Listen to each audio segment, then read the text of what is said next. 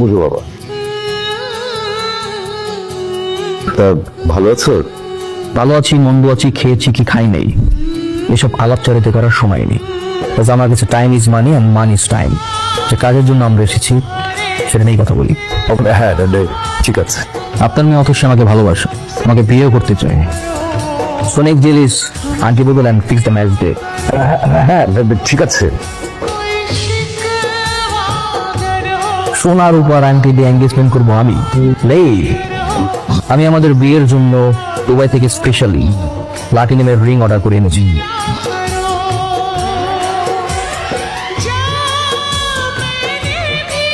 তোর ইউনিভার্সিটিতে ঢুকার ভিসা কে দিল রে?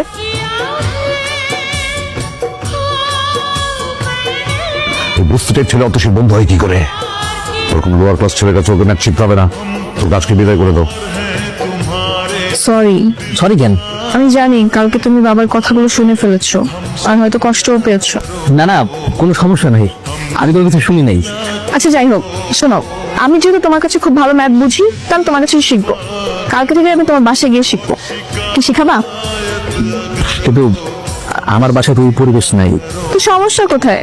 তুমি যদি এরকম পরিবেশে পড়ে ইউনিভার্সিটি টপার হতে পারো, তাহলে আমি কেন পারবো না? বুঝছো? আচ্ছা ঠিক আছে। বাবা, আমাকে একটু চা দেন। ঠিক আছে, দিচ্ছি। কি করতেছেন এইসব? মাসে মাসে থাকতে পারবা, ভাড়া দিবা না, এইরকম ভাড়াটি আমার দরকার নাই। ভাই আমি আপনার বললাম তো আমার 2 দিন সময় দেন, আমি আপনার সব টাকা দিয়ে দিতেছি ভাই। এই তোমারে তো সময় দিতে দিতে আমার ভরি নষ্ট হয়ে গেছে। তোমারে সময় দেওয়ার আমার টাইম নাই। গাড়ি বুঝকাবেন যা চলে যাবা। ভাই ভাই আমি না নতুন একটা টিউশনে পাইছি, টিউশনের টাকা পাইলে আমি আপনার টাকা দিয়ে দিতেছি। এই তোর পকেটে 2 টাকাও নাই, তুই টিউশনি কইরা তুই খাবি না আমারে টাকা দিবি? কই যাচ্ছিস? তোকে বললাম না রাইসুলের কাছে আমি টিউশন করবো, এটাই ওর বাসা। ও কেন, বেশি কি টিচার অভাব পড়ছে? না, বাট ওর কাছে আমি খুব ইজিলি বুঝতে পারি, দ্যাটস ওয়াই। আচ্ছা আমি বুঝলাম না, তুই একটা প্রাধান্য করছিস কেন? আমরা ওকে কিছু বললে আবার ওকে প্রোটেস্টও করছিস, ব্যাপার কি? দেখ এমন কিছুই না, ও খুব সহজ সরল একটা ছেলে। আমি জাস্ট ওকে সাপোর্ট করতেছি, দ্যাটস ইট। শুধু সাপোর্ট করতেছিস, আমরা তোমার কাছে থেকে ভালোবেসে ফেলেছিস। দেখ ভালোবাসা টালোবাসা এখানে কিছুই না। তোরা হয়তো খুব রিচ কিড, স্মার্ট, ড্যাশিং ছেলে পছন্দ করিস, বাট আমার চয়েসটা একটু আলাদা। আমি সবসময় চেয়েছি লাইফ পার্টনার হিসেবে একজন সহজ সরল, অনেস্ট, কেয়ারিং মানুষ, যেটা আমি ওর মতো দেখতে পাই। বাই। শুক্রবার আমাদের বিয়ে হচ্ছে।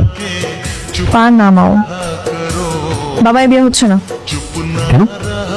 আমি যে রাইসুলকে চিনতাম, যাকে আমি ভালোবেসেছিলাম, সেই রাইসুল তুমি না। তোমার পরিবার, তোমার ফ্যামিলি এই রেসুলকে পছন্দ করে, ওই রেসুলকে না। বিয়েটা আমি করব, আমার ফ্যামিলি না। আমাকে অপছন্দ করার কারণ? তোমার অহংকার। আঙুল ফুলে কলা গাছ হয়েছে তোমার, ঠিক হঠাৎ করে পাওয়ার টাকার মতো। তোমার মতো একটা অহংকারী মানুষকে বিয়ে করলে আমি কখনোই সুখী হব না।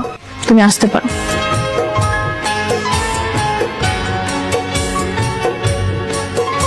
বারবার ফোন দিচ্ছ কেন? কালকে আমার সাথে একটু দেখা করতে পারবা, শেষবারের মতো? ঠিক আছে।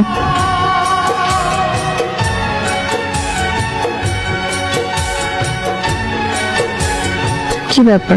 সে আগের বস্তি, স্যান্ডেল, শার্ট, প্যান্ট, মানে কি? তুমি ঠিকই বলছিলা, খুদ করে এতগুলো টাকা পাওয়ার পরে আমি অমানুষ হয়ে গেছিলাম। আমি এখন মানুষ হইতেছে, সৎভাবে উপার্জন করে নিজের পায়ে দাঁড়াতে চাই। যে মেয়ে নিঃস্বার্থ ভাবে একটা ছেলেকে ভালোবাসতে পারে, সেই ছেলেটা সেই মেয়েটার জন্য পুরো পৃথিবী উপরে চলতে পারে। টাকা পয়সা, বাড়ি গাড়ি, ধন দৌলত এসব তো কোনো কিছুই না। তাই আমি আমার যত স্থাবর অস্থাবর যত সম্পত্তি আছে, যা কিছু বিভিন্ন এতিমখানা মাদ্রাসায় দান করে দিয়ে এসেছি। দান করে খুব ভালোই করেছো। সব তো তোমার ব্ল্যাক মানিই ছিল। তুমি তুমি কিভাবে জানলে? তুমি কি ভাবছো তোমার সবকিছু আমার কাছে অজানা? আমি সবই জানতাম। দেখো তো, আমি শুরু থেকে তোমাকে ভালোবাসতাম, তোমার মায়ে পড়েছিলেন, কিন্তু আমি জানতাম তোমার আমার ভালোবাসার কোনো পরিণত নেই। আমি আমার নিজের অবস্থান জানি, আর এই সবকিছুর মূলে ছিল টাকা। টাকার জন্য আমি আমার এমন কোনো জায়গা নাই, নিজের ঘর বলো, বাড়ি বলো, ভার্সিটি, ফ্রেন্ড সার্কেল, বন্ধু বান্ধব, এমন কোনো প্লেস নাই যে অপমান অপদস্থ হয়নি, ইভেন তোমার ফ্যামিলির সামনেও। টাকা কিভাবে কামাবো এটাই ছিল আমার প্রধান লক্ষ্য, সেটা বৈধ হোক আর অবৈধ হোক। তোমাকে পাওয়ার জন্য আমি সবকিছু করার জন্য রাজি ছিলাম, কিন্তু আমি জানতাম যতক্ষণ না পর্যন্ত আমি অনেক টাকা কামাতে না পারবো, তোমার ফ্যামিলি আমাকে গ্রহণ করবে না। কি দেখো, এত টাকার মালিক হওয়ার পরেও আমার ফ্যামিলি আমাকে ঠিকই গ্রহণ করলো, কিন্তু তুমি আমাকে গ্রহণ করলো না। তুমি তোমার চোখ দিয়ে যেভাবে আমাকে দেখেছো, আমি তোমাকে সেভাবে দেখিনি। আমি সবসময় তোমাকে একটা সৎ সহজ সরল মানুষ হিসেবে ভালোবেসেছি। এখন তো আমি আবার সেই আগের রেসেল হয়ে গেছি, সৎ সহজ সরল সব বাদ দিয়ে দিয়েছি। এখন কি আমি ভালোবাসবো? ভালোবাসি বলেই তো আসছি।